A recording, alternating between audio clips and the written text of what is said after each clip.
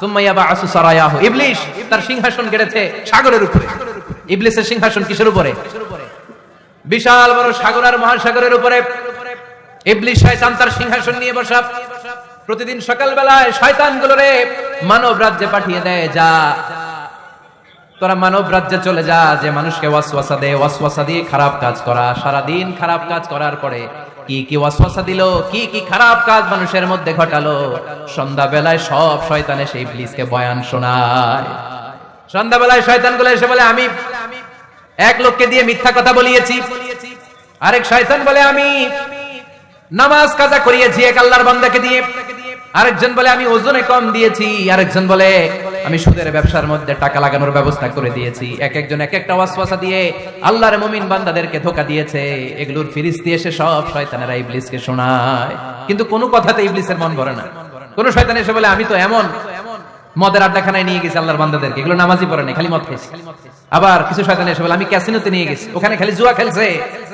আবার কিছু শয়তান এসে বলে, আমি বাজারের মধ্যে ফরমালিনের এই ওয়াসওয়াসা ঢুকাই দিছি। একটার পর একটা শয়তানি ফিরিস্তি তারা ইবলিসকে শোনায়, কিন্তু কোনো কাজই ইবলিসের মন ভরাতে পারে না। একজন এসে বলে, আনা মা তারাকতুহু বাইনার রাজুলি ওয়া ইমরাআতিহি হাত্তা ফাররাকতু, আমি একজন ইমানদার নারী পুরুষের মধ্যে ঝগড়া লাগায়া ওই ঝগড়া বাড়াতে তালাক পর্যন্ত নিয়ে গেছে। নাউজুবিল্লাহ পড়বেন না? শয়তান এবার তার উপর খুশি হয়ে যায়। সব শয়তানগুলোকে ঠেলে ইবলিস এই শয়তানকে কাঁধে তুলে নাচতে শুরু করে দেয়। কারণ মুমিন বান্দার সংসার যদি ভেঙে যায় শয়তান খুশি হয়ে যায়, আর মুমিন বান্দার সংসার টিকে থাকলে খুশি হয়ে যায় কে? এজন্য নীলফামারীর ভাইরা, ঝগড়া করা যাবে না। দাম্পত্য জীবনকে সুখী করতে চাইলে ঝগড়াকে আমরা নো বলে দিব। ঝগড়া অনেক সময় হবে, কিন্তু এটাকে বাড়তে দেওয়া যাবে না, এটাকে আমরা স্পেস দিব না, ওইখানে থামাই দিতে হবে। রাজি আছেন তো সবাই? আল্লাহ রাসূল সাল্লাল্লাহু আলাইহি ওয়াসাল্লামের ফ্যামিলিতে ঝগড়া হতো। আম্মা জান আয়েশা রাদিয়াল্লাহু তাআলা আনহার সাথে আল্লাহ রাসূল সাল্লাল্লাহু আলাইহি ওয়াসাল্লামের ঝগড়া হতো, হাদিসে পাওয়া যায়। কিন্তু এগুলো ছিল মধুর ঝগড়া, সুন্দর ঝগড়া। সুবহানাল্লাহ। আল্লাহর হাবিব বলেন, ইয়া আয়েশা ইন্নী লা আ'লামু ইযা কুনতি আন্নী রাদিয়া ওয়া ইযা কুনতি আলাইয়া গাদবা। ও আয়েশা, তুমি কখন আমার উপর রেগে থাকো সেটাও আমি বুঝি, আবার কখন খুশি থাকো সেটাও বুঝি। আম্মা জান আয়েশা বললেন, ইয়া রাসূলুল্লাহ, ইয়া হাবিবাল্লাহ, কেমন করে আপনি বুঝেন যে আমি আপনার উপর রেগে আছি, আবার কেমন করে আপনি বুঝেন আমি আপনার উপর সন্তুষ্ট আছি? বিশ্বনবী বললেন, আয়েশা, তুমি যখন আমার উপরে খুশি থাকো, আমার উপর যখন তুমি রাজি থাকো, তখন তুমি দোয়ার সময় এইভাবে দোয়া করো, ওয়া রাব্বি মুহাম্মাদ, মুহাম্মাদের রব, আপনি আমাদের সব গুনাহগুলো মাফ করে দেন। আর যখন তুমি আমার উপর রেগে থাকো, তখন তুমি আমার নামটা মুখ দিয়ে উচ্চারণ করো না। ও আয়েশা, তখন তুমি দোয়ার সময় বলতে থাকো, ওয়া রাব্বি ইব্রাহিম, ইব্রাহিমের রব, আপনি আমাদের সব গুনাহগুলো মাফ করে দেন। যখন তুমি খুশি তখন আমার নামটা মুখে নাও, যখন তুমি আমার উপর রেগে থাকো তখন তুমি আমার নামটা মুখে নিতে চাও না। আম্মা জান আয়েশা বললেন, ইয়া রাসূলুল্লাহ, ইয়া হাবিবাল্লাহ, মা আহজুরু ইল্লা ইসমাক, আমি শুধু আমার মুখ থেকে আপনার নামটারে সরায় রাখি, আমার হৃদয় থেকে কোনোদিন আপনারে সরাতে পারি না। মা আহজুরু ইল্লা ইসমাক, নবী হে, আমি তো শুধু মুখ থেকে আপনার নামটারে বাদ দেই, আমার হৃদয় থেকে তো আপনারে বাদ দিতে পারি। আমার হৃদয় পুরোটা জুড়ে শুধু আপনি আর আপনি। চিল্লায় পড়েন আল্লাহু আকবার। তার মানে আম্মা জান আয়েশা আল্লাহ রাসূল সাল্লাল্লাহু আলাইহি ওয়াসাল্লামের উপর রেগে থাকতেন মাঝে মাঝে, বিশ্বনবী মাঝে মাঝে রাগ করতেন। একবার খুব বেশি রাগারাগি হয়ে গেল, অনেক ঝগড়া হয়ে গেল। এবার আল্লাহ রাসূল সাল্লাল্লাহু আলাইহি ওয়াসাল্লাম খেয়াল করলেন না, এত ঝগড়া তো করা ঠিক হবে না। তখন আল্লাহর হাবিব সাল্লাল্লাহু আলাইহি ওয়াসাল্লাম বললেন, আয়েশা, চলো মিটমাট করি। কি করি? হ্যাঁ, মিউচুয়াল করি না, মিটমাট। এই যে ঝগড়া লাগলে আবার যে মিলায়া দেয়, এটা কি বলেন আপনারা নীলফামারীতে? মিটমাট। আল্লাহর হাবিব সাল্লাল্লাহু আলাইহি ওয়াসাল্লাম বলেন, আয়েশা, চলো আমরা মিটমাট করি, আমরা আর ঝগড়া না করি। আম্মা জান আয়েশা বলেন, ঠিক আছে, চলেন মিটমাট করি। বিশ্বনবী বলেন, ঠিক আছে, একজনকে নিয়ে আসি যে দুজনের মাঝে মিটমাট করাই দিবে। কারে নিয়ে আসবো? ওমরে ফারুককে নিয়ে আসি। আম্মা জান আয়েশা বলেন, না, ওমরও গলিজ, ওমরের মেজাজ গরম, আমার ভয় লাগে। সুবহানাল্লাহ পড়বেন না? বিশ্বনবী বললেন, তাহলে তোমার আব্বারে নিয়ে আসি। কই, নিয়ে আসেন, আব্বারে খুব ভালো লাগে। বিশ্বনবী বললেন, ঠিক আছে, তোমার কথাই রইলো, ওমরকে ডাকবো না, তোমার আব্বা আবু বকরকে নিয়ে আসবো। বিশ্বনবী মিটমাট করার জন্য সাইয়েদনা আবু বকর রাদিয়াল্লাহু তাআলা আনহুকে ডেকে নিয়ে আসলেন। সাইয়েদনা আবু বকর রাদিয়াল্লাহু তাআলা আনহু ঘরে ঢুকলেন। বিশ্বনবী বললেন, আয়েশা, আমার আর তোমার মাঝে কি নিয়ে ঝগড়া হয়েছে? কথাটা কি তুমি বলবা নাকি আমি বলবো? আম্মা জান আয়েশা বলেন, আপনিই বলেন, তুমি মিথ্যা বললেন না, যা ঘটছে ওইটাই বললেন। ওয়ালা তাকুলিল্লাহ হাক্কান, যেটা সত্য ওইটাই বলবেন, অন্য কিছু বলবেন না। আবু বকর রাদিয়াল্লাহু তাআলা আনহু তো শুনে রেগে মেগে আগুন। কি এত বড় সাহস, বিশ্বনবীর সামনে দাঁড়িয়ে তুমি এভাবে কথা বলো? এই আদব শিক্ষা দিয়েছি তোমাকে আমি। রেগে গেলেন। বিশ্বনবী কি সত্য ছাড়া মিথ্যা কিছু বলবেন? রেগে মেগে চিৎকার করে মেয়ের গালের মধ্যে দিলেন এক টপেটাঘাত। এক থাপ্পড় খেয়ে আম্মা জান আয়েশা উল্টায় পড়লেন। আবার মারার জন্য সাইয়েদনা আবু বকর রাগে গড়গড় করছিলেন, মেয়েরে আবার মারার জন্য উদ্যত হলেন। বিশ্বনবী অবস্থা ভয়ঙ্কর দেখে সাইয়েদনা আবু বকরের সামনে দুই হাত মেলে এইভাবে দাঁড়িয়ে গেলেন। বিশ্বনবীকে যখন আবু বকর রাদিয়াল্লাহু তাআলা আনহু দাঁড়াতে দেখলেন, সাইয়েদনা আবু বকর মুহূর্তের মধ্যে থেমে গেলেন। সুবহানাল্লাহ পড়েন।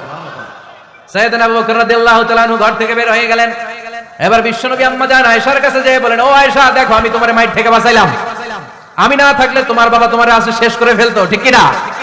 আমি বাঁচাইছি তোমারে। ইয়া আয়েশা কাইফা রাআইতিনি আন খাসতুকি মিনার রাজুল। দেখছো আয়েশা কেমনে বাঁচাইলাম তোমারে? আজকে আমি না থাকলে এমন পিট্টি দিতে তোমার বাবা, একেবারে খবর হয়ে যাবে। আম্মা জান আয়েশা লজ্জায় পড়ে গেলেন, হেসে দিলেন। বিশ্বনবীও হেসে দিলেন। সুবহানাল্লাহ পড়েন। দুইজনের এই হাসির আওয়াজ ঘরের বাইরে থেকে সাইয়েদনা আবু বকর শুনতে পেলেন। উনি শুনে তো অবাক, কি রে এতক্ষণ তৃতীয় বিশ্বযুদ্ধ, এখন আবার হাসে। ঘরে ঢুকলেন। ঘরে ঢুকার পরে আবু বকর রাদিয়াল্লাহু তাআলা আনহু বিশ্বনবীরে বলেন, ইয়া রাসূলুল্লাহ আশরিকানি ফি সিলমিকুমা কামা আশরাকতুমানি ফি হারবিকুমা। হে আল্লাহর রাসূল, আপনারা ঝগড়া লাগলে, আপনারা দুইজন ঝগড়া লাগলে মিটমাট করার জন্য আমারে যেমনি ডাকেন, আপনারা যখন সুখ আনন্দ আর হাসাহাসিতে ব্যস্ত থাকেন, ওই হাসির সময়গুলোতে শেয়ার করার জন্য তখনও আমার একটু ডাকেন। পড়েন সুবহানাল্লাহ। ও নবী, শুধু ঝগড়ার সময় ডাকেন না, শুধু মিলায় দেওয়ার জন্য ডাকবেন না। আপনাদের মধ্যে যখন সুখকর আনন্দময় হাসাহাসির মুহূর্তগুলো কাটে, ওই মুহূর্তগুলোতেও আমাকে এনে আপনারা শেয়ার করে দিয়েন। পড়েন সুবহানাল্লাহ। মুসনাদে আহমদ ইবনে হাম্বলের হাদিস। এই হাদিস প্রমাণ করে আল্লাহ রাসূল সাল্লাল্লাহু আলাইহি ওয়াসাল্লামের ঘরে ঝগড়া হতো স্ত্রীদের সাথে, তবে মধুর ঝগড়া, শিক্ষণীয় ঝগড়া। আওয়াজ করে বলতে হবে, ঠিক কি না? এজন্য ঝগড়া হবে, কিন্তু ঝগড়াকে বাড়তে দেয়া যাবে। তাহলে দাম্পত্য জীবন সুখময় করতে চাইলে এক নম্বরে স্যাক্রিফাইস, দুই নম্বরে ঝগড়াকে আমরা কি বলে দিছি আজকে? ভুলে গেছি। ঝগড়াকে কি বলবো? নো। তাসলিমা নামে একটি মেয়ে হারিয়ে গেছে। ওসি সাহেব বলেছেন পিছনে পুলিশের কাছে যদি পাঠিয়ে দিতে পারেন ভালো হয়। ছোট্ট মেয়ে থেকে দেখলে জিজ্ঞেস করবেন তোমার নাম কি, যদি বলে তাসলিমা, 6 বছর বয়স, ওকে পাঠিয়ে দিবেন। 3 নাম্বার, দাম্পত্য জীবন সুখময় করতে চাইলে দাম্পত্য জীবনের কোনো গোপন কথা কারোর সাথে শেয়ার করা যাবে না। এটা কবিরা গুনাহ, এটাকে হারাম বলে ঘোষণা দিয়েছে কে? এটাকে বিষ্ণু বলেছেন আযমুল আমানা। স্বামী স্ত্রীর মধ্যে যে অন্তরঙ্গ মুহূর্ত কাটে, এই মুহূর্তগুলোর কথা কারোর সাথে শেয়ার করা যাবে?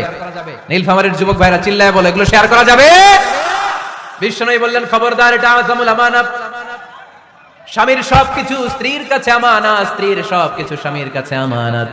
আবার বিষ্ণু বলেছেন, যারা স্বামী স্ত্রীর গোপন দাম্পত্য জীবনের কথা অন্যের কাছে শেয়ার করে দেয়, তারা হলো আশারুন নাস, পৃথিবীর মধ্যে সবচাইতে নিকৃষ্ট মানুষ। এরা নিকৃষ্ট, এদের চাইতে নিকৃষ্ট আর কেউ হতে পারে না। উলাইকা কাল আনআম বাল হুম আদাল। এরা পশুর চাইতেও নিকৃষ্ট, যারা স্বামী স্ত্রীর প্রাইভেট কথা, পার্সোনাল কথা মানুষের কাছে বলে বেড়ায়। আসিবাউ হারাম, এই গোপনীয় সব কথাগুলোকে অন্যের কাছে প্রকাশ করা হারাম করেছে কে? চিল্লায় বলতে হবে কে? তাহলে খবরদার, নিজেদের দাম্পত্য জীবনের কোনো কিছু অন্যের সাথে শেয়ার করবেন না। আমাদের বোনরা অনেক সময় একসাথে বসলে পেটের কথা, পিঠের কথা সব বলে ফেলায়, আছে না নাই? না বোনেরা, সব শেয়ার করলেও আপনাদের দাম্পত্য জীবনের কোনো কথা কখনো কারোর সাথে শেয়ার করতে পারবেন না। 4 নাম্বার ফর্মুলা হচ্ছে অহেতুক সন্দেহ পরিহার করতে হবে। অনেক স্ত্রী আছে স্বামীরে খালি সন্দেহ করে, আছে না নাই?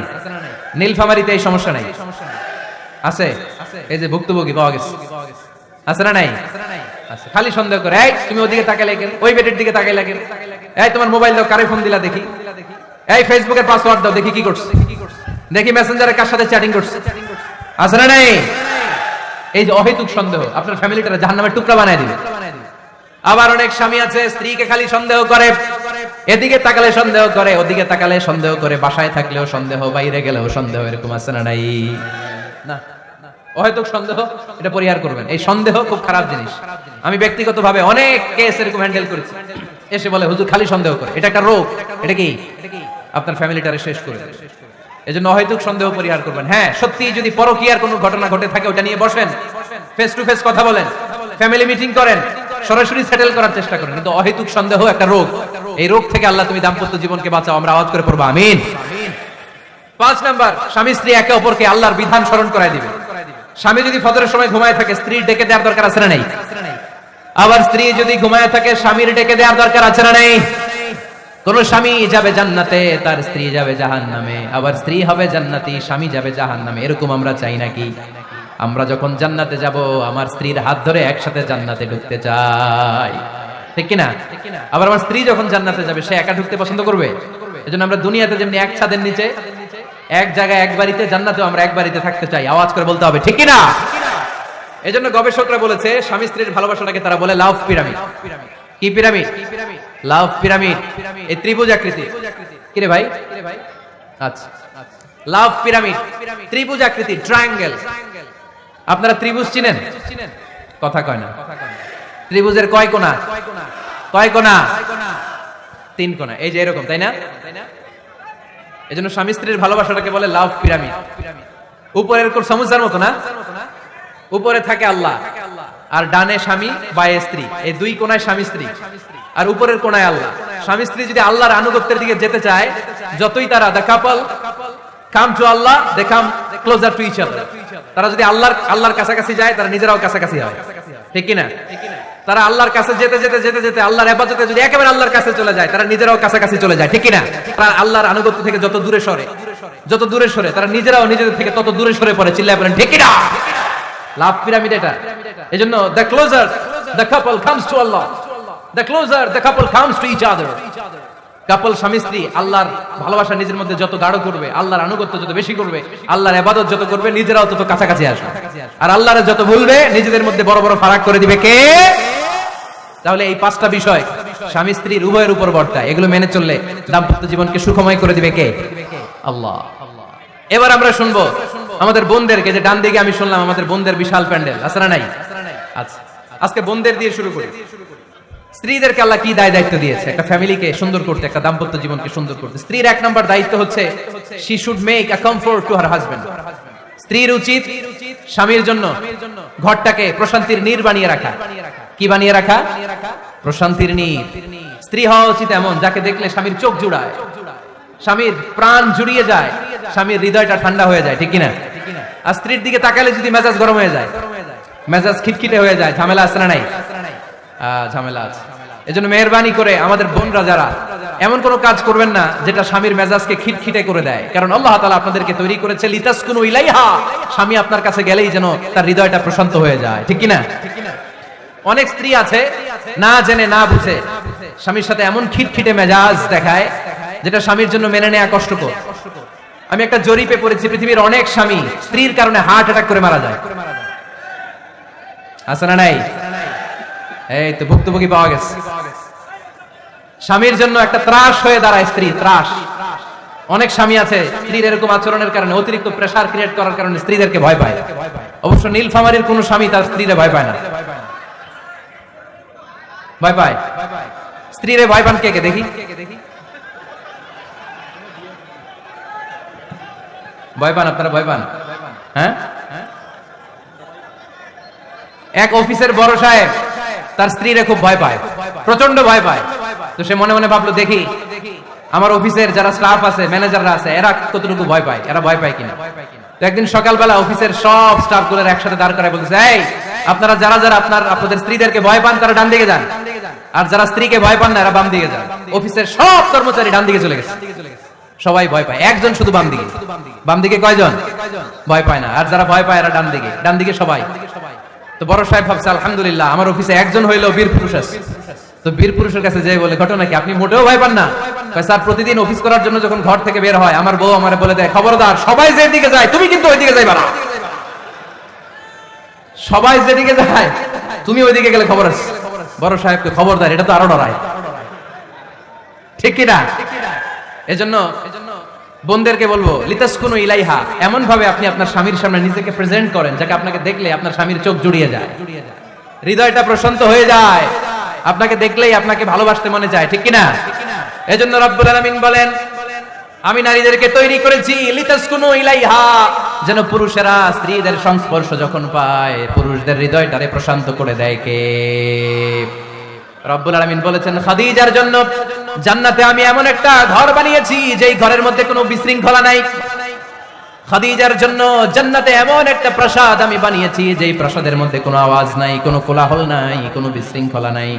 কারণ খাদিজা আমার নবীকে এমন একটা ঘর উপহার দিয়েছে যেই ঘরের মধ্যে কোনো বিশৃঙ্খলা ছিল না, আওয়াজও ছিল না। পড়েন সুবহানাল্লাহ। আল্লাহ রাসূল যখন সারাদিন কাফেরদের মাঝে কোরআনের দাওয়াত দিতেন, কোলাহল, মারামারি, জীবনের ঝুঁকি নিয়ে মক্কার কুরাইশদের মাঝে যখন দাওয়াত দিতেন, সব বিশৃঙ্খলা, ঝামেলা, গোলমাল শেষ করে রাতের বেলায় যখন খাদিজার ঘরে বিশ্বনবী ঢুকতেন, বিশ্বনবীর হৃদয়টারে প্রশান্ত করে দিত কে? আম্মাজান খাদিজা বিশ্বনবী সাল্লাল্লাহু আলাইহি ওয়াসাল্লামের জন্য এমন ঘর উপহার দিয়েছেন যেই ঘরে বিশ্বনবী আসলে বিশ্বনবীর হৃদয়টা ঠান্ডা হয়ে যেত। সুবহানাল্লাহ পড়ে। অনেক স্ত্রী আছে স্বামী ঘরে ঢুকলেই ঘরে আটা নাই, রুটি নাই, চাল নাই, ডাল নাই, এটা লাগবে ওইটা লাগবে, ওখানে যেতে হবে, একটার পর একটা ফিরিস্তি বলে বেড়ায়, আছে না নাই? না, এটা করবেন না। আপনার কি লাগবে এই সব দায় দায়িত্ব আল্লাহ তাআলা স্বামীকে দিয়েছে, স্বামীকে জানাবেন, তবে ধীরে সুস্থে স্বামীর জন্য ঘরটাকে এমন করে রাখতে হবে যেন ঘরে ঢুকলেই স্বামীর হৃদয়টারে প্রশান্ত করে দেয় কে? এজন্য স্ত্রীর প্রথম দায়িত্ব ঘরটারে প্রশান্তির নীড় বানানো। এখানে কি আবার কি এখানে মারামারি দুই দল নাকি? আপনাদের মনোযোগ আছে না গেছে? কষ্ট হচ্ছে? হ্যাঁ, অনেক রাত হয়ে গেছে তো, প্রায় 10:30। হ্যাঁ, তাকবীর পড়েন, লিল্লাহে তাকবীর। তো কিছু লোক ওঠা শুরু করলেন কেন? হ্যাঁ, 1 নাম্বার, 2 নাম্বার, 3 নাম্বার নাই তো আবার? হ্যাঁ, 1 নাম্বার নাকি পেশাব করা, 2 নাম্বার নাকি টয়লেটে যাওয়া, 3 নাম্বার নাকি এইটা। বিড়ি খান আপনারা? বিড়ি আর সিগারেটের সাথে মুসলমানের সম্পর্ক আছে? না। কোন মুসলমান সিগারেট খেতে পারে? বিড়ি টানতে পারে? কারণ এটা এমন একটা খাবার যে খাবার টয়লেটে ঢুকেও খাওয়া যায়। সিগারেট ছাড়া কোনো খাবার টয়লেটের ভেতরে খাওয়া যায়? কথা বলেন, খাওয়া যায়? এবং সিগারেট পৃথিবীর এমন খাবার যে খাবারের গায়ে এই খাবারের বদনাম লেখা থাকে, ঠিক কিনা? সিগারেট ছাড়া পৃথিবীর কোন খাবারে ওই খাবারের বদনাম আছে? কথা বলেন। ধরেন আপনাদের নীলফামারীতে নতুন 1 প্যাকেট বিস্কিট বেরিয়েছে, যে বিস্কিটের গায়ে লেখা এই বিস্কিট খাওয়ার 1 ঘন্টার মধ্যে ডায়রিয়া শুরু হবে। ওটা খাইবেন কে? খাবেন আপনারা? কি বলবেন দোকানদারে, তোর বিস্কিট তুই খা, তোর ডায়রিয়া হোক, ঠিক কিনা? কিন্তু সিগারেটের গায়ে কিন্তু লেখা থাকে স্মোকিং কজেস ক্যান্সার, ধূমপান স্বাস্থ্যের জন্য ক্ষতিকর, ধূমপান কর্কট রোগের কারণ, ধূমপান করলে এটা বিষপানের শামিল। এই সিগারেট এটা তৈরি হয় তামাক পাতা থেকে, টোবাকো প্ল্যান্টস। এই তামাক পাতা চাষ হয় নাকি নীলফামারীতে? হ্যাঁ, বাংলাদেশে সবচেয়ে বেশি নীলফামারীর কোন থানায়? সদরে, শহর অঞ্চলে। আচ্ছা, এই তামাক পাতার চারদিকে বেড়া দেয়া লাগে না জানেন?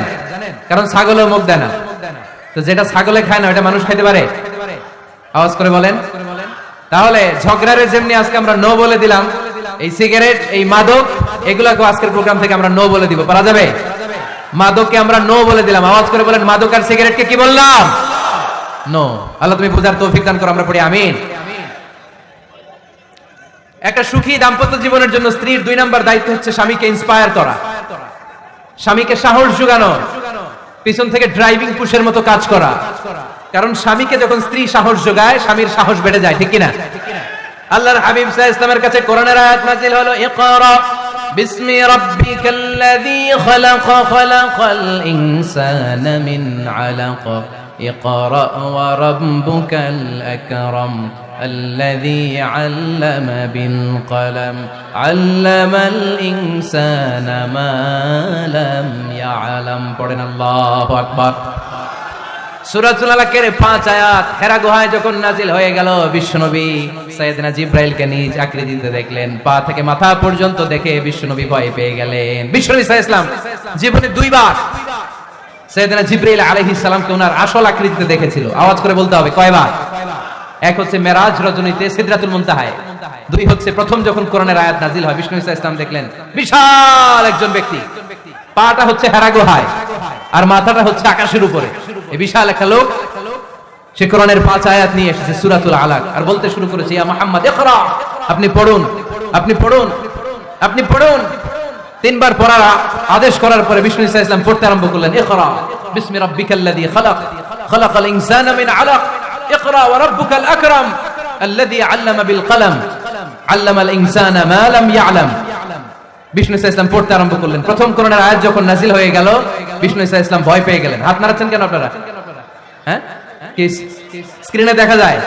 আহারে কি আনন্দ আকাশে বাতাসে, সবাই খুশির ঠেলায়, খুশিতে আনন্দে ঠেলায় না? আল্লাহর হাবিব সাল্লাল্লাহু আলাইহি ওয়াসাল্লাম ভয় পেয়ে গেলেন। আপনাদের মনোযোগ তো নাই মনে হচ্ছে, তা হাত নাড়াচ্ছেন কেন? এদিকে তাকান। খরগোশের কানের মতো কান দুইটারে খাড়া করেন। কোরআনের আয়াত যখন নাজিল হলো, আল্লাহ রাসূল সাল্লাল্লাহু আলাইহি ওয়াসাল্লাম ভয় পেয়ে গেলেন। বিষ্ণু ঈসা ইসলামের হৃদয় কাঁপতে আরম্ভ করলো।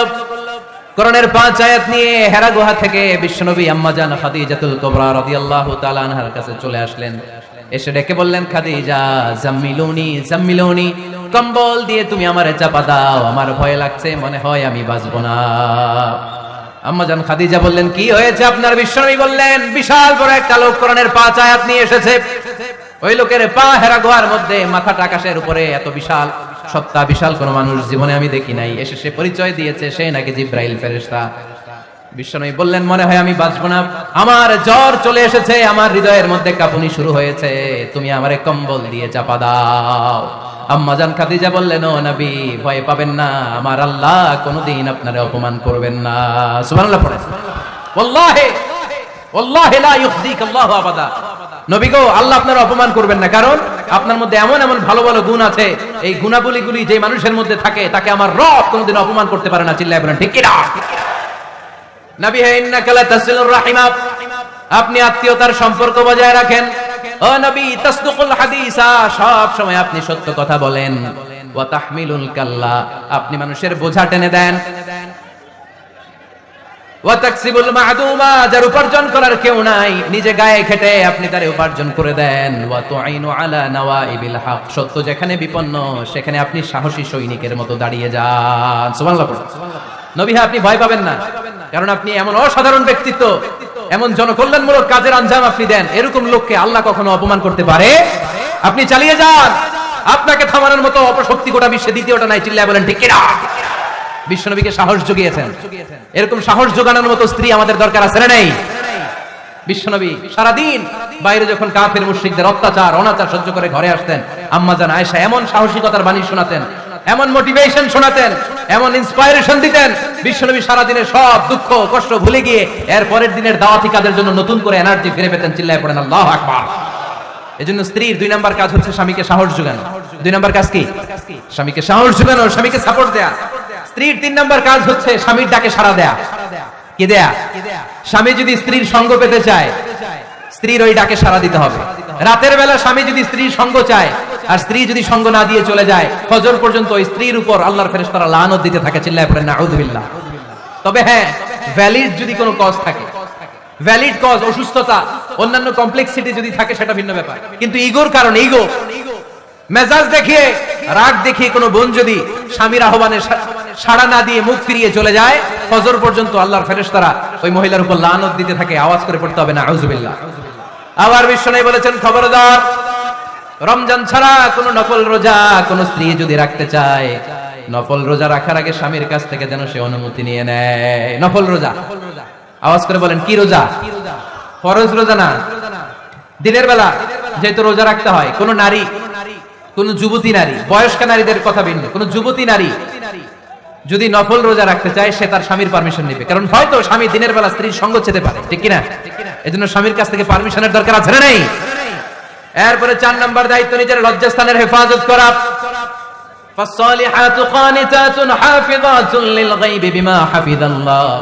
আল্লাহ নেককার স্ত্রীদের বর্ণনা যখন কালামুল্লাহ মাজিদে দিয়েছেন, আল্লাহ বলেছেন নেককার নারীদের প্রথম গুণ, তারা সব সময় তাদের স্বামীদের আনুগত্য করে। 2 নাম্বার, তারা তাদের নিজের লজ্জাস্থানের হেফাজত করে। 4টা কাজ কোন নারী যদি দুনিয়াতে করে, 4টা, আওয়াজ করে বলতে হবে কয়টা? মাত্র 4টা কাজ কোন নারী যদি পৃথিবীতে করে, ওই নারীর জন্য জান্নাতের 8টা দরজা খুলে দিবে কে? আওয়াজ করে বলতে হবে, খুলে দিবে কে?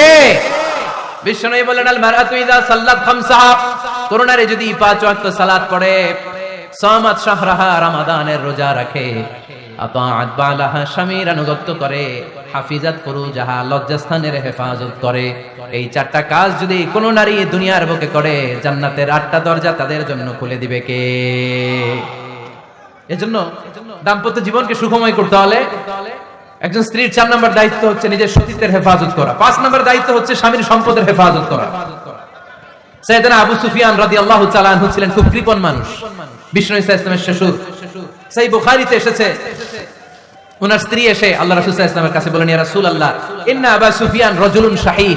হে আল্লাহর রাসূল, আবু সুফিয়ান খুব কৃপণ মানুষ, আমার আর আমার সন্তানদের খরচের জন্য যে টাকা পয়সা লাগে আমার স্বামী দেয় না।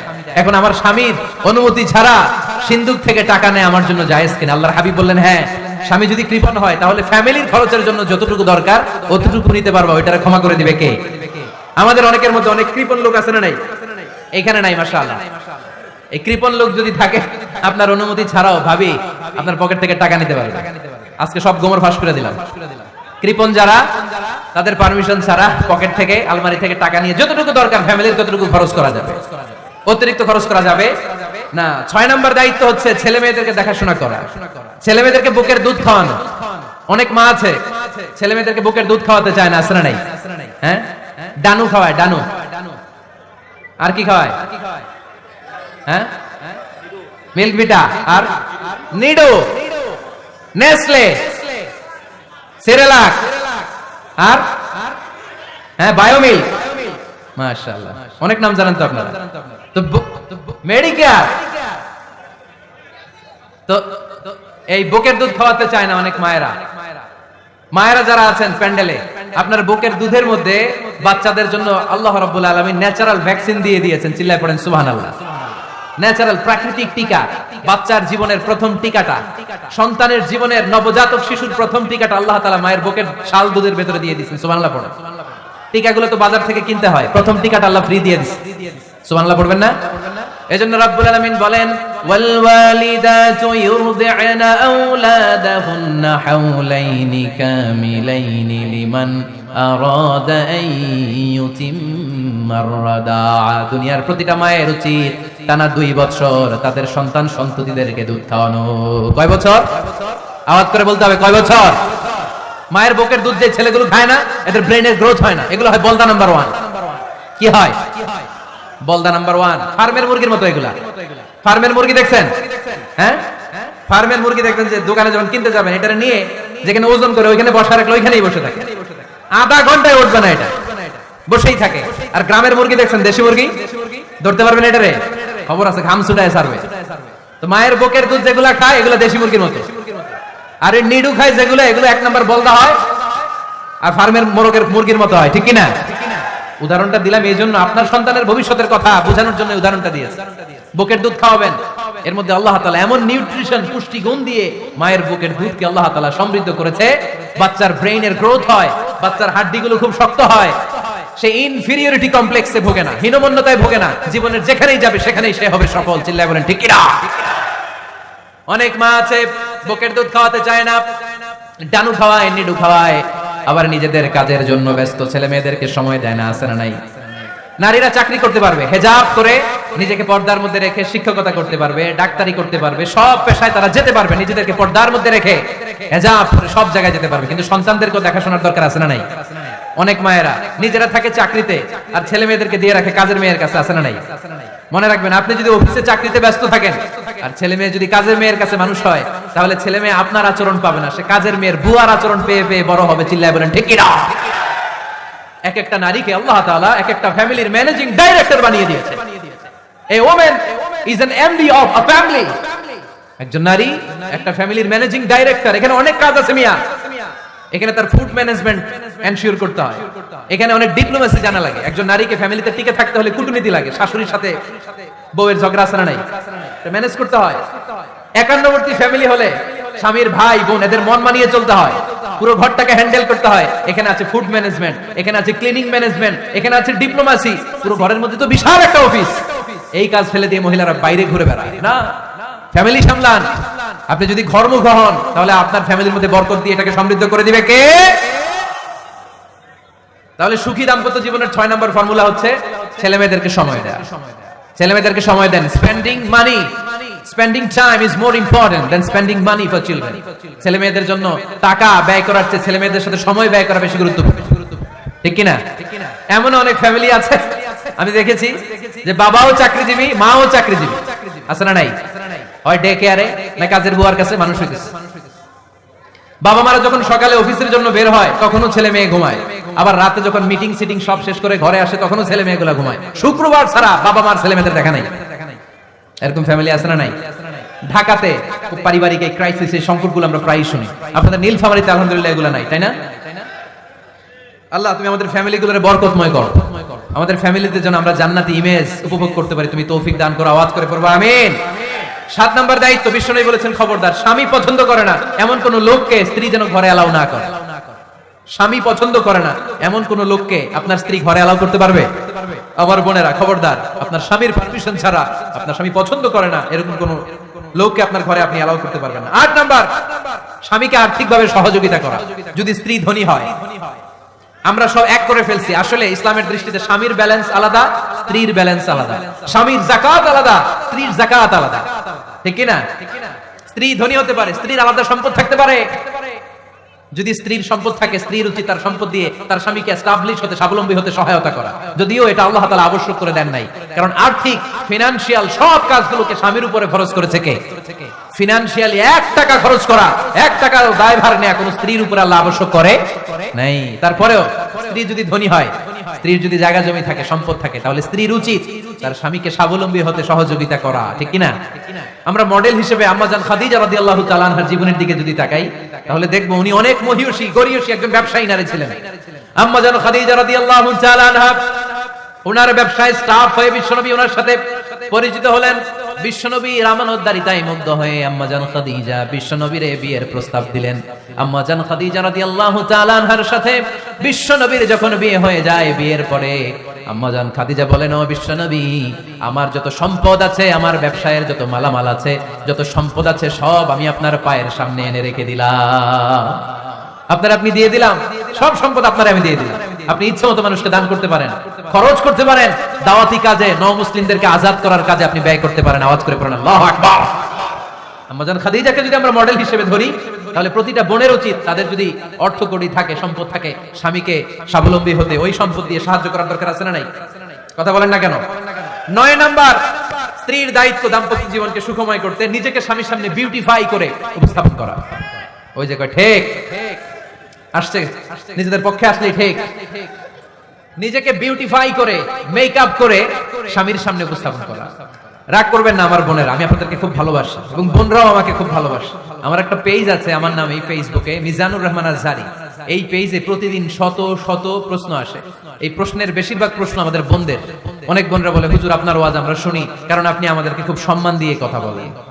আলহামদুলিল্লাহ, আমি আমার বোনদেরকে ভালোবাসি, মাদেরকে ভালোবাসি। আমি আমার মা বোনদেরকে বলবো, আপনারা নিজেদেরকে গুছিয়ে সাজিয়ে স্বামীর সামনে উপস্থাপন করুন। অনেক বোনেরা আছে বাইরে যাওয়ার সময় পার্লারিং করে, মেকআপ করে, সুন্দর জামা কাপড় পরে বাইরে যায়, আর স্বামীর সামনে আসলে বুয়ার মতো থাকে। আছে না নাই? স্বামীর সামনে পচা জামা, ছিঁড়া জামা, চুলের মধ্যে নাই সুগন্ধি, নিজেকে গুছিয়ে রাখে না, সামলে রাখে না, কাজের বুয়ার মতো নিজেকে উপস্থাপন করে স্বামীর সামনে। আর বাইরে গেলে মেকআপ করে, পার্লারিং করে যায়। হওয়া দরকার ছিল উল্টা। বাইরে আপনি সাদা সিধা ভাবে যাবেন, বোরকা দিয়ে নিজেকে ঢেকে যাবেন। বাইরে যাওয়ার সময় কোন নারী পারফিউম ইউজ করে যেতে পারবে না। নারীরা যত পারফিউম ইউজ করতে মনে হচ্ছে আপনার বেডরুমে, আপনার স্বামীর সামনে, ঠিক কি না? স্বামীর সামনে পারফিউম ইউজ করেন, নিজেকে উজাড় করে সাজান স্বামীর জন্য। এই প্রতিটা সাজুগুজুতে সওয়াব আছে না নাই? ইসলাম কতটা চেক এন্ড ব্যালেন্স, কতটা ভারসাম্যপূর্ণ জীবন ব্যবস্থা। খবরদার, নারীরা ডিওডোরেন্ট ইউজ করে বাইরে যেতে পারবে, যেটা সে তার আর্ম ফিতে ইউজ করে, কিন্তু ঝাঁঝালো পারফিউম বোরকার উপর দিয়ে মেরে কোন নারী বাইরে যেতে পারবে? কথা বলেন। সুনানে নাসাইর হাদিস, আল্লাহর হাবিব বলেন, আইয়ুমা ইমরাআতিন ইস্তা'সারাত নাফসাহা ফামাররাত আলা কওমিন লিয়াজিদু রিহাহা ফাহিয়া জানিয়া। কোন নারী যদি তার জামার উপর দিয়ে পারফিউম মেখে পুরুষ লোকের দৃষ্টি আকর্ষণের জন্য ঘরের বাইরে বের হয়, যতটা পুরুষ তার চেহারার দিকে লোলুপ দৃষ্টি নিয়ে তাকাবে, ততটা পুরুষের সাথে জিনার গুনাহ মহিলার আমলনামায় তুলে দিবে কে? পারফিউম মেখে যদি কোনো নারী বের হয় এই উদ্দেশ্যে যে ছেলেরা আমাদের প্রতি আকৃষ্ট হবে, যতটা ছেলে তার দিকে তাকাবে, প্রত্যেকটা ছেলের সাথে জিনার গুনাহ আল্লাহ তাআলা এমনি তার আমলনামায় তুলে দিবে। নাউজুবিল্লাহ পড়েন।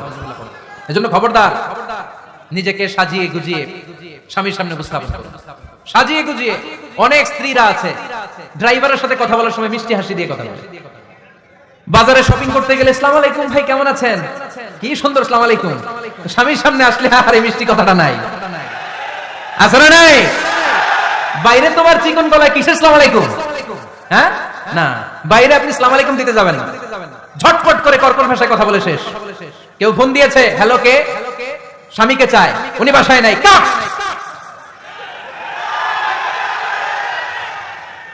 কারে চান? আপনার হাজবেন্ডের, নাই, কাট। মিষ্টি মিষ্টি আসসালামু আলাইকুম, আসসালামু আলাইকুম বলা যাবে নাকি? খবরদার, খবরদার। বাজার করতে গেলে কি মিষ্টি হাসি, দোকানে গেলে কি মিষ্টি আলাপ, ড্রাইভারের সাথে কি সুন্দর কথা, সিএনজি ওয়ালার সাথে কি সুন্দর আলাপ, আর ঘরে আসলে এই চেহারাটা এরকম করে রাখে, আছে না নাই? ঘরে আসলেই স্বামীর সাথে খিটখিটে মেজাজ। না বোনেরা, উল্টো করে ফেলছেন আপনি। বরং স্বামী ছাড়া অন্যদের সাথে কথা শর্টকাটে সারবেন, যাতে কোনো ফিতনা চলে না আসে। চিল্লায় বলেন ঠিক কিনা? আর নিজেকে স্বামীর জন্য উজাড় করে সাজান, পার্লারিং করেন, বিউটিফিকেশন করেন, মেকআপ করেন, বেডরুমে পারফিউম মাখেন, নিজেকে উজাড় করে স্বামীর জন্য সাজান। সওয়াব দিয়ে আপনার আমলনামাটারে পূর্ণ করে দিবে কে?